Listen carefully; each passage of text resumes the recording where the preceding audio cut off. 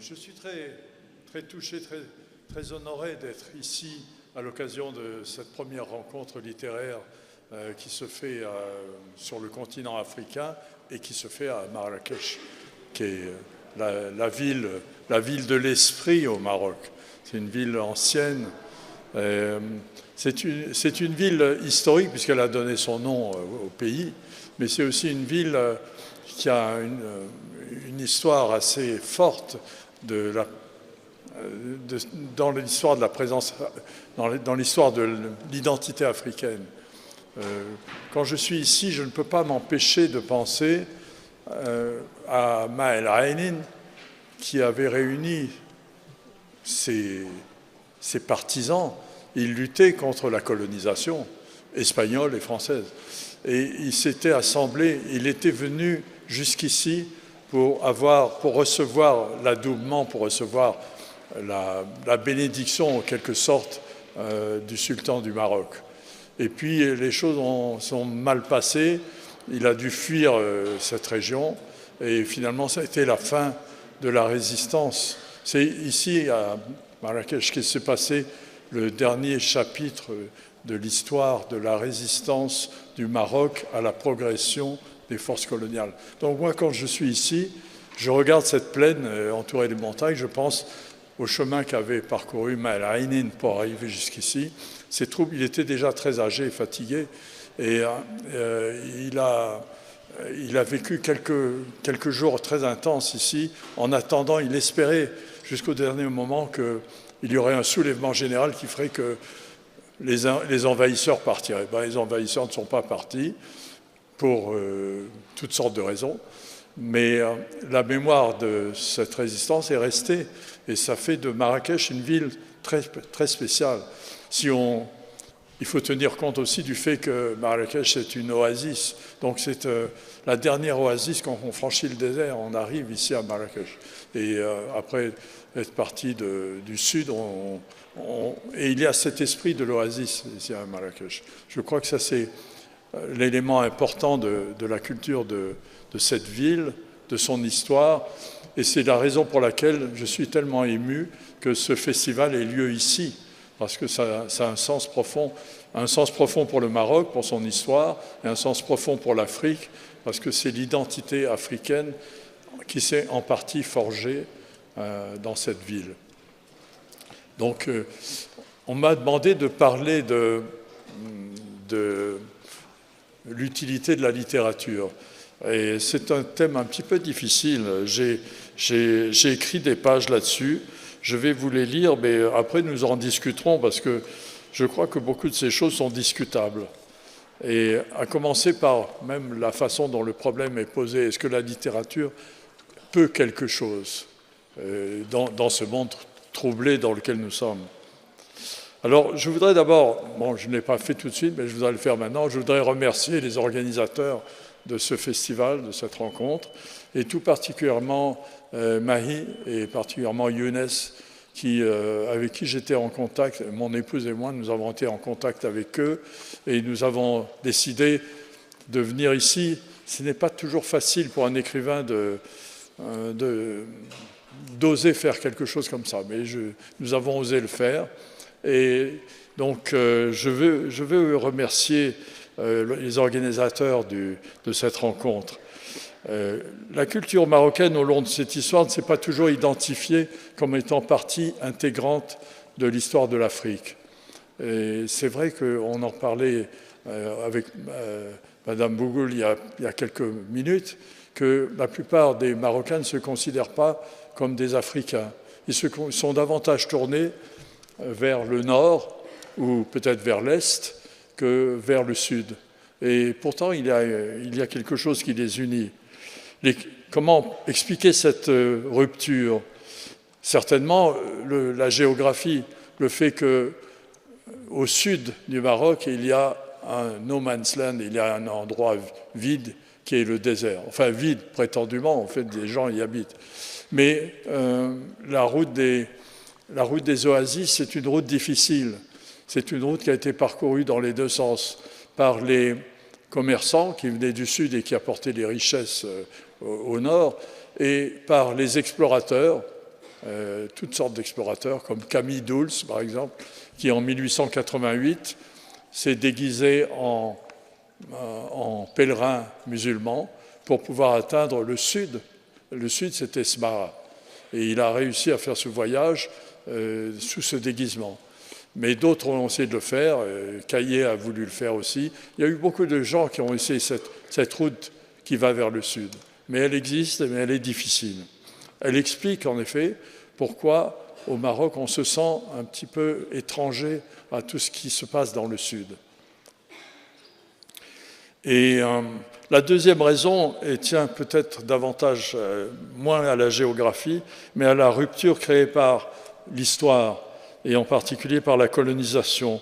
Parce que les puissances colonisatrices étaient davantage intéressées par le littoral que par ce qui se passe dans le sud.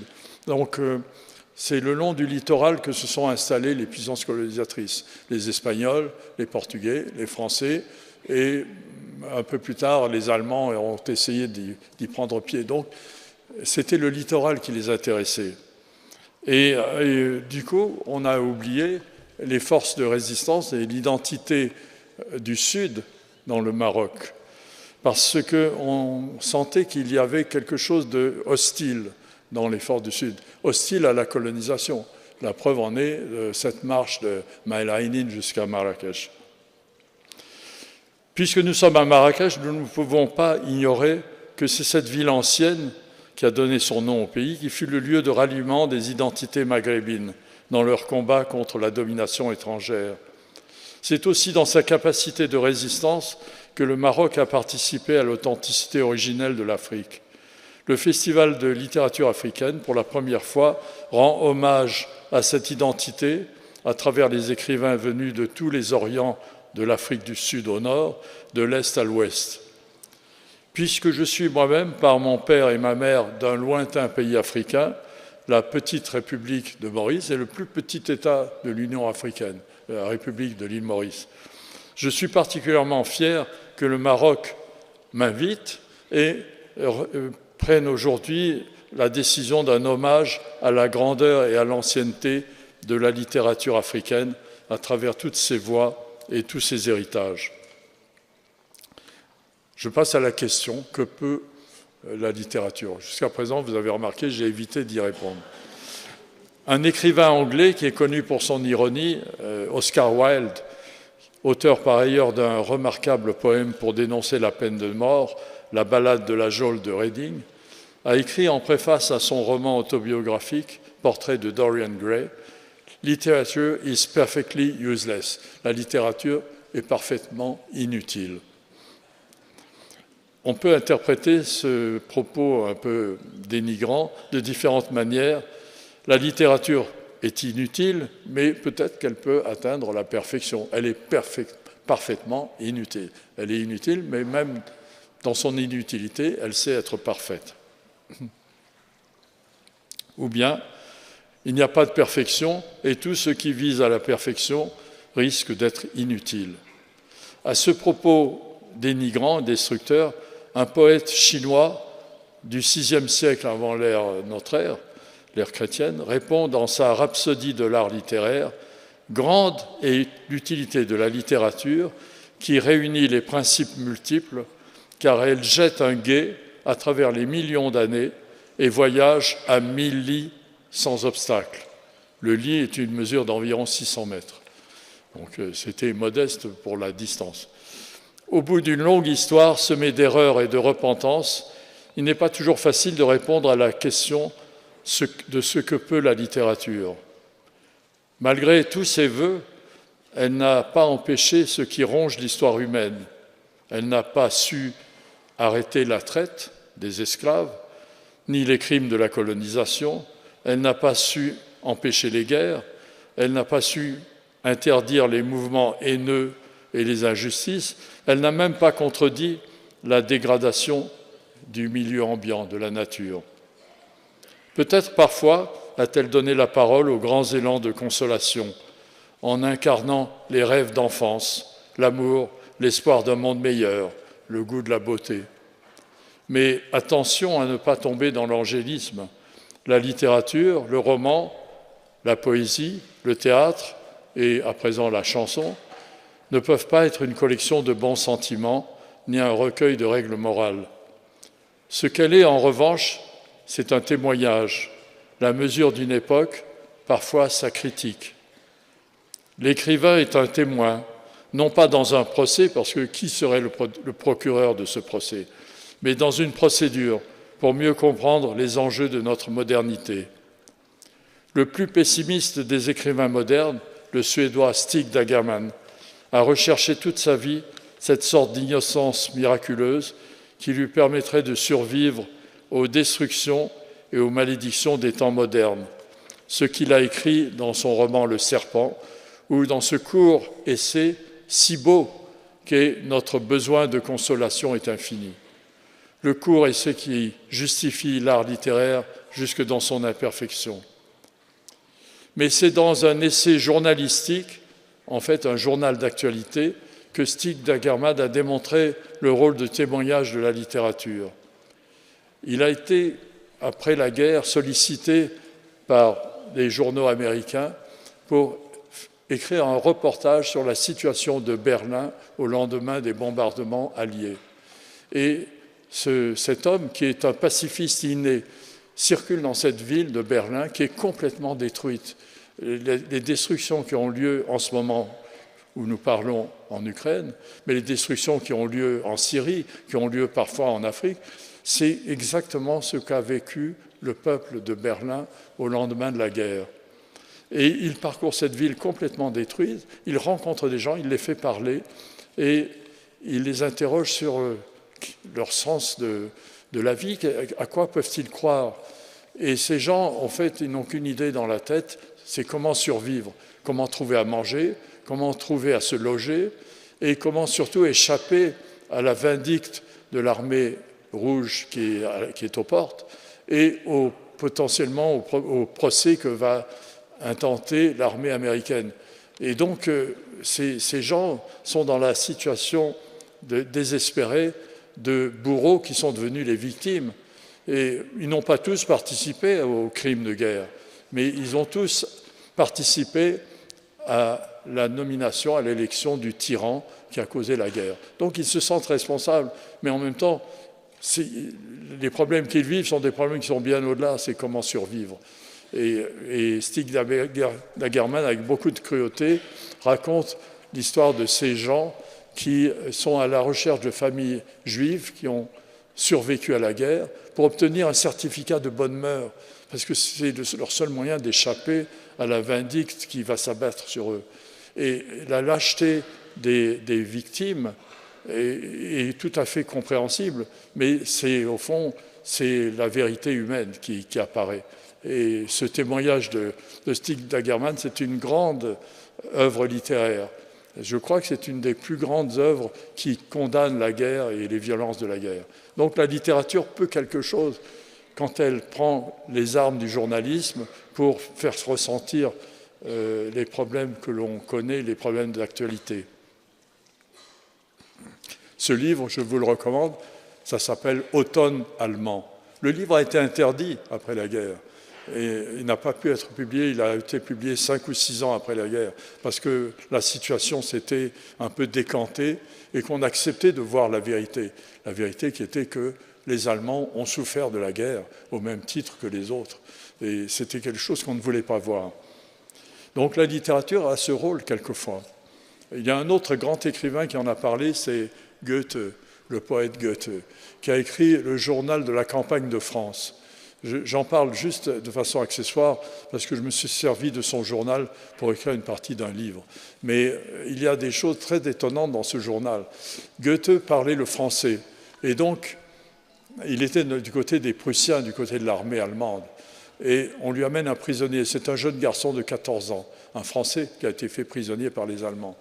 Et comme lui, il parle français, on lui demande d'aider à l'interrogatoire de ce jeune prisonnier. Et Goethe s'adresse à lui, il lui dit « Mais pourquoi est-ce que vous faites la guerre ?» Et le garçon le regarde et il dit « Parce que nous, monsieur, nous mangeons de la bonne soupe. » Sous-entendu, vous les Allemands, vous ne mangez que des saletés. Et le courage de ce garçon a ému Goethe au dernier point, et il a dit, là j'ai compris que l'alliance des Prussiens, des Allemands et des Anglais allait être vaincue par l'armée révolutionnaire. C'est là que j'ai compris que cette guerre était perdue, elle était gagnée par les révolutionnaires et perdue par l'Alliance. Parce que ce garçon avait le courage de répondre à ça. Il risquait d'être fusillé, c'était un prisonnier après tout. Et donc ça, c'est aussi un beau texte dans lequel la littérature montre sa puissance, sa capacité de résister aux événements et de transcrire la vérité de ces événements. D'époque en époque, la lumière de la lucidité brille entre les lignes de la littérature. Si nous lisons la poésie de Khayyam ou les contes ironiques de Rumi, un des plus grands poètes de la littérature universelle serait sans doute le japonais Ryokan, celui qu'on appelait le moine fou, parce qu'il vivait seul dans une hutte de montagne et descendait parfois au milieu des hommes pour danser sur la place ou distribuer des bonbons aux enfants. Et il y a eu des personnages comme ça aussi dans le monde de l'islam. Il y a eu des soufis qui ont distribué des enfants et qui ont dansé aussi. C'était une façon d'exprimer ce qu'ils voulaient dire. La poésie, la danse et le regard de l'enfance. L'art poétique de Ryokan est très simple. Il dit « c'est quand je n'écris pas des poèmes que je suis un poète ». On pourrait imaginer près de lui les soufis dont je parlais, ou bien François d'Assise qui parlait aux fleurs et aux oiseaux. C'est cet esprit que j'aime à trouver chez les artistes d'aujourd'hui, comme a choisi de le faire Mahe Bilmin, qui a choisi de redonner confiance aux enfants à Marrakech, à Casa, à Rabat, en faisant d'eux les étoiles. Les étoiles de Sidi Moumen, les étoiles de Ejma al-Fna, ce sont au fond ces enfants qui répondent à la poésie, qui répondent à la demande de la poésie, qui vont donner la force à la poésie et à la littérature. La littérature, la poésie, la littérature en général, la poésie, trouve sa force dans ceux qui croient en elle. Si on n'y croit pas, la littérature n'a aucun pouvoir. Et à ce moment-là, c'est la fameuse formule de Göring, quand on me parle de culture, je sors mon revolver. Il n'y a plus que ça. S'il n'y a pas la culture, c'est la violence des armes qui parle. Que peut la littérature ici, en Afrique, dans notre temps actuel, qui est fait d'égoïsme et de violence? Dans le début des années 30, en Europe, aux États-Unis, en Russie, est né un courant que l'on a appelé la littérature engagée. Ça, c'était le mot qu'on a donné en français à cette littérature. C'est une spécificité assez française, puisqu'en anglais, on lui préféra le nom plus modeste de commitment, committed literature, la littérature qui signe un contrat en quelque sorte avec la société. Ce courant, représenté par des écrivains et des artistes de tous bords, eut de nombreux et prestigieux héros, tels que Steinbeck, Erskine Caldwell aux États-Unis, Sartre, Camus en France. Les écrivains furent aussi des militants qui défendaient le droit des minorités, qui étaient présents dans les manifestations, qui étaient des signataires de pétitions. Cela dura un certain temps. Et puis, après la guerre, le mouvement décrut. Il décrut peut-être parce qu'il déçut. Le mouvement n'était pas satisfaisant pour tout le monde. Ses engagements, ses participations n'étaient pas suivis d'effet. Steinbeck, par exemple, soutenait les droits des immigrés venus du Sud, mais la discrimination raciale et la fermeture devinrent la norme aux États-Unis. Il faut rappeler que la fermeture des frontières, ce n'est pas quelque chose de récent aux États-Unis. Même Barack Obama, qui a été un grand président des États-Unis, a fermé les frontières. Et il a déporté les immigrants, il les a renvoyés de l'autre côté de la frontière.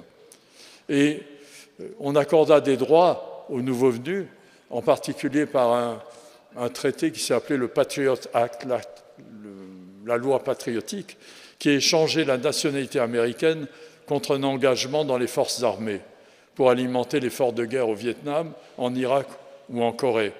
C'était, il faut l'avouer, une drôle de façon de concevoir l'engagement. L'engagement littéral, on s'engageait dans l'armée pour avoir en échange des papiers. Ça, c'était une drôle de conception de l'engagement. En France, il n'y a pas eu le Patriot Act, mais la littérature engagée n'a pas vraiment satisfait, parce que les grands auteurs de la littérature engagée ne se prononçaient pas sur certaines choses. Sartre a beaucoup hésité à condamner la tyrannie soviétique. Et Camus a été très évasif sur la question de l'Algérie. Il a écrit des choses absolument magnifiques. Noce, c'est un livre formidable, c'est un magnifique livre.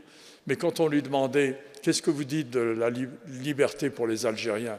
il répondait, il était né en Algérie, « Si j'ai le choix entre mes idées et ma mère, je vais choisir ma mère. » Ça voulait dire qu'il choisissait, au fond, sa communauté. Et ça, c'était très décevant pour ceux qui croyaient en lui. Par ailleurs, il a inspiré beaucoup de gens, donc c'est un grand écrivain. Et le choix d'Albert Camus donc, a été assez décevant. Mais la disparition de l'illusion de la littérature engagée a permis quand même quelque chose. D'abord, elle a permis l'ouverture d'une parenthèse dans la littérature, en tout cas en France, mais aussi en Allemagne, en Angleterre, beaucoup moins en Afrique. C'est ce qu'on a appelé la littérature formaliste de ces années-là. Et en France, ça a porté le nom du nouveau roman. Ça s'est appelé le nouveau roman.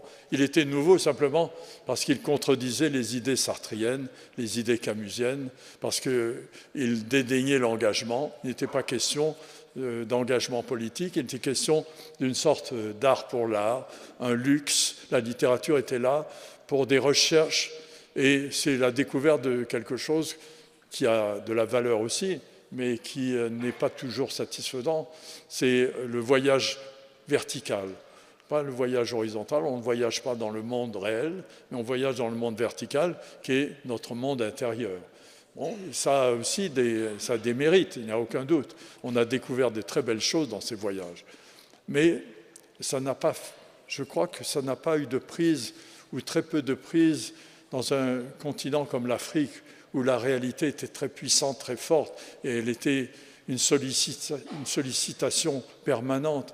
On était sollicité à chaque instant de prendre parti. Les grands écrivains ils ne pouvaient pas se retrancher dans leur quant à soi, ils ne pouvaient pas se permettre le luxe de l'isolation.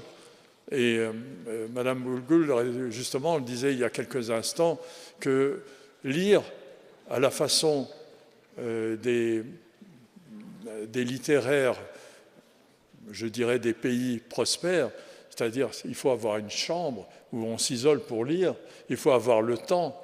Et en Afrique, on n'a pas vraiment le temps de lire et de s'isoler, et on n'est pas isolé. On est souvent à plusieurs dans une chambre, il y a la radio, la télévision qui marche à côté, ça va être très difficile.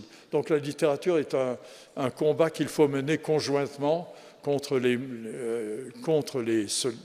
sollicitations du monde extérieur, mais aussi en s'accordant à ces sollicitations. Lorsque ce mouvement de l'art pour l'art a pris fin, ça c'était dans les années 60, quand j'ai commencé à écrire, c'était les tout derniers moments. D'ailleurs, j'ai envoyé mon premier manuscrit à l'éditeur avec une petite lettre en lui disant « Faites attention, ce n'est pas du nouveau roman ». Je tenais à préciser que ce n'était pas du nouveau roman. Et donc, quand ça a pris fin, ça a permis l'émergence d'un nouveau mode d'expression. C'était l'émergence d'une voie nouvelle dans des pays qui avaient longtemps été exclus de l'art littéraire. En Asie, en Amérique latine, en Afrique, des jeunes écrivains ont repris le flambeau de la littérature engagée pour continuer la lutte. En Corée, ce furent des romanciers et les romancières nés à la fin de la guerre. Et je vais citer Han Sok-yong, l'auteur de Monsieur Han ou La route de Sampo, ou Lee Sung-woo, auteur de ce livre extraordinaire contre la militarisation, qui est La vie rêvée des plantes. Ce sont des livres engagés.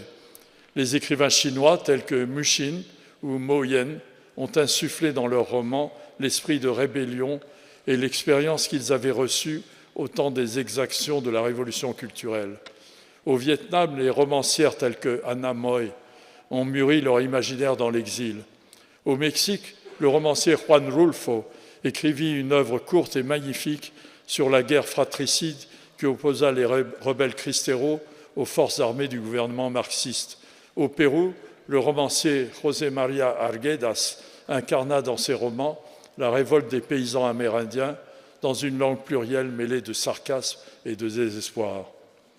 Dans le microcosme des cultures insulaires, à l'île Maurice, aux Antilles, au Vanuatu, la littérature ne pouvait pas être autre que cette forme de combat pour affirmer l'identité contre l'abus et le servage, au temps où les grands esprits n'étaient plus Sartre et Camus, mais Frantz Fanon, Césaire, Glissant, Marie Scondé, Dewey Gorodé, Marcel Cabon. Parce que je suis par ma famille lié à la République de l'île Maurice, il me semble que c'est en Afrique que le mouvement de nouvel engagement s'est le mieux développé, dans la double difficulté de l'après-colonialisation et des tyrannies nouvelles. Est-ce que c'est la suite logique de l'évolution de la littérature dans des régions où l'écrit n'avait pas véritablement commencé? Ce serait peut-être un peu simplifier l'histoire que de réduire cette éclosion de la littérature africaine à l'accès à l'édition, à la lecture et à la formation héritée de l'école coloniale.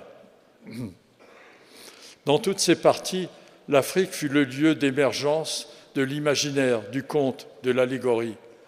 L'Afrique saharienne est un des endroits rêvés de cette création littéraire.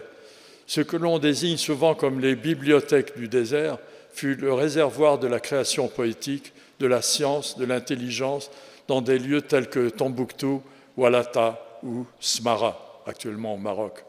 Beaucoup de ces bibliothèques furent détruites récemment, soit au moment de la conquête militaire française à Smara, ou par les troupes espagnoles dans la Saka el-Hamra, ou lors des affrontements avec les milices d'Al-Qaïda, comme ça s'est produit récemment à Tombouctou. Du nord au sud, de l'est à l'ouest, la littérature aura été la grande passion du continent africain. Depuis l'Afrique du Sud, avec un écrivain comme Alan Paton, qui a écrit « Cry, my beloved country », « Pleure, ô mon pays bien-aimé », jusqu'à Coetzee, qui a écrit « Disgrâce », roman magnifique. Et un peu plus tard, Amadou Kourouma, qui a écrit « En attendant le vote des bêtes sauvages », jusqu'à notre contemporain, que j'aime tant, Abdurrahman Waberi, qui a écrit ce magnifique livre qui s'appelle « Aux États-Unis d'Afrique », un livre de vision. Sur tous les modes, avec toutes les ressources des langues vernaculaires, de l'héritage mythique, des amertumes et de l'espoir, la littérature africaine a porté son glaive dans la plaie de l'indifférence, a renversé les valeurs, a créé un nouvel essor loin des académies et des compromis. S'il est vrai, comme l'a dit Zina Saro-Wiwa, qui est la fille d'un des grands romanciers africains, Ken Saro-Wiwa, qui a écrit cet extraordinaire roman qui s'appelle Sosa Boy.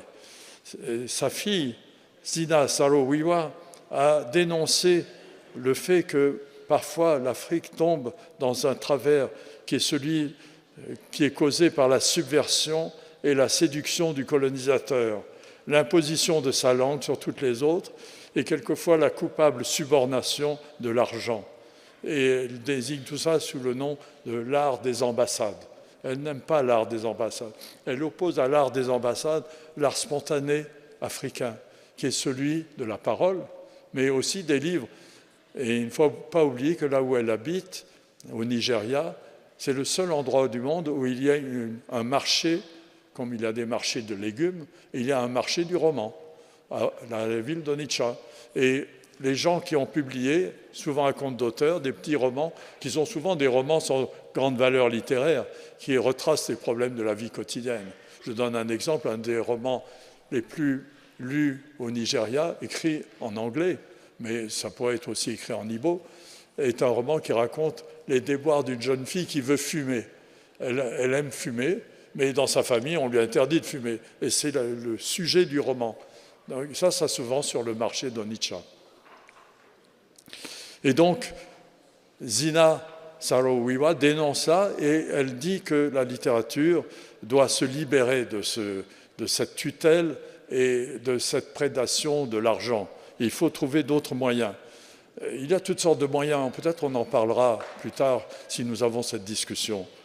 Il faut s'en libérer en refusant les aides par la seule volonté d'indépendance et la capacité que les peuples africains ont de renverser les valeurs et de culbuter les ingérences. Et les grands auteurs de la littérature africaine l'ont démontré. Ce sont des écrivains du Maghreb tels que Shraibi, Lounès Martoub, Khaireddin, Mohamed Dib, les romanciers d'aujourd'hui tels que Sami Tchak, qui démontre sans concession la violence faite à l'Afrique dans son roman, dans tous ses romans, mais particulièrement dans un roman que j'aime beaucoup qui s'appelle Al Capone, le Malien, qui est un livre extrêmement dur, féroce, mais qui n'a pas été suffisamment lu. C'est un livre qui a besoin d'être lu. Et tout ce qu'on peut attendre de cette littérature naît dans la guerre d'indépendance, toujours dans l'espoir d'une libération des vieux démons et de la tyrannie. Ainsi, le beau roman de l'Algérien Yahya Bellaskri, qui vient de paraître, s'appelle « Le silence des dieux », qui décrit la résistance d'un petit village qui est soumis à la tyrannie d'un escroc. Et ce sont les femmes de ce village d'Algérie qui se révoltent contre cet escroc, qui utilise la religion pour exercer sa tyrannie sur le village. Il a enfermé les gens et il se libère, et les femmes guident le peuple du village vers l'ailleurs, c'est-à-dire vers la vie. Ils sont libérés de la tutelle des mensonges. Ou bien dans une fable drôlatique qui vient de paraître aussi au Maroc, qui est écrite par le Marocain Driss Jaidan, qui s'appelle « Moïse de Cassa », qui est un livre extrêmement drôle. Il n'y a pas beaucoup de livres drôles dans la littérature contemporaine, mais celui-là est un livre drôle. Ça, c'est vraiment l'identité africaine qui parle à travers ce Marocain. L'autre versant de la nouvelle littérature de participation, l'autre versant de ce nouvel engagement, c'est en quelque sorte le flambeau qui est repris actuellement, n'appartient pas seulement à l'Afrique. Il brille maintenant dans toutes les nuits à travers le monde, sans doute l'emblème d'un combat ancien qui n'a pas encore abouti. C'est celui que brandit la romancière vietnamienne Anna Moy dans Le venin du papillon, par exemple, la poétesse chinoise Zhe Yongming dans son recueil appelé simplement « Femmes ». C'est le droit pour les femmes d'écrire, de raconter leur version des choses, d'être égoïstes, impudiques, acrimonieuses, non pas de prendre la place des hommes, comme quelquefois ils aimeraient le faire croire, mais de les remettre à leur place, et aussi le droit d'aimer, de forcer le respect, d'inventer un autre modèle de société où elles ne seraient plus seulement des cuisinières ou des muses, des putains ou des mères admirables, mais elles-mêmes, simplement elles-mêmes. Est-ce par une coïncidence hasardeuse, la plupart des autrices ou des auteurs ES de ce temps sont nés dans cette Afrique nouvelle, au moment du grand renversement des empires tutélaires, en Tunisie, en Algérie, au Sénégal, en Afrique du Sud, en Égypte, au Mozambique. Elle s'appelle Fawzia Zouari, que vous allez, je pense, écouter bientôt ici. Aminata Sofal, qui malheureusement ne participe plus dû son âge et sa condition de santé, qui est le grand écrivain africain féminin. Shimananda Ngozi Adichie, Leonora Miano, Awa Thiam, Mariana Ba, Asia Djebar, Salima Senini, Paulina Gjizian, Charity Wasiuma, Grace Ogot, et toutes celles qui aujourd'hui représentent la voix des femmes dans l'ère africaine. Ananda Devi et Priya Hain à l'île Maurice, Gisèle Pinault, Edwige Danticat, Suzanne Roussy-Césaire aux Antilles, Nélida Pignon au Brésil. Mais j'arrête cette énumération qui pourrait faire croire que c'est le nombre qui est important, plus que le sens. Ce que dit cette nouvelle littérature de témoignage, de combat, de revendication, concerne toute notre humanité, quel que soit le sexe, l'origine, la religion, la couleur de peau de celles et de ceux qui l'inventent. Enfin, puisqu'il me faut répondre à la question que je posais au début de cette présentation, de savoir est-ce que la littérature peut quelque chose, cette question à laquelle le sarcasme d'Oscar Wilde refusait de répondre, je voudrais plutôt me référer à la définition qu'en donne l'artiste, le créateur, le poète, le romancier Mahi Bin, lorsqu'il évoque la raison d'être de ce premier festival de littérature africaine à Marrakech, au Maroc. Il parle simplement de la nécessité dans laquelle nous sommes de nous rencontrer. Entre voisins, dit-il avec humour, parce qu'il insiste sur ce fait. Nous sommes voisins, nous ne nous rencontrons jamais. Ou si nous nous rencontrons, c'est chez l'autre, c'est ailleurs, c'est pas ici, sur place. L'Afrique, ce continent qui fut fracturé et malmené par l'histoire et qui est encore, à l'heure que nous parlons, soumis aux aléas de la fortune, aux guerres fratricides, aux injustices sociales, ce continent qui doit lutter pour survivre et qui est confronté aux nécessités presque insurmontables de conjuguer le développement et l'équilibre écologique, a besoin de la littérature, parce que la littérature est son meilleur lieu de rencontre. Par la création, par l'imaginaire, par l'héritage culturel, les hommes et les femmes de ce continent ont besoin de se connaître, de se reconnaître. En traversant les frontières, la littérature permet cette connaissance, cette reconnaissance. Dans l'échange, dans l'aventure, nous cessons d'être des étrangers. Nous partageons des rêves, des idées, des mots, des sentiments. Nous apprenons à être ce que souhaite Mahi Bin, des voisins, et qui sait, un jour peut-être, comme le souhaitait le grand Martin Luther King dans sa célèbre formule, nous avons appris à nager comme des poissons, nous avons appris à voler comme des oiseaux, mais nous n'avons pas appris l'art tout simple de vivre ensemble comme des frères et des sœurs. Grâce à la littérature, grâce à ses voies multiples, nous avons les armes qu'il faut pour lutter contre tous ceux qui, malgré les enseignements de l'histoire, revêtent aujourd'hui les loques trouées du racisme et de la xénophobie. Nous promettons d'ouvrir grand nos frontières et nos cœurs. Je vous remercie.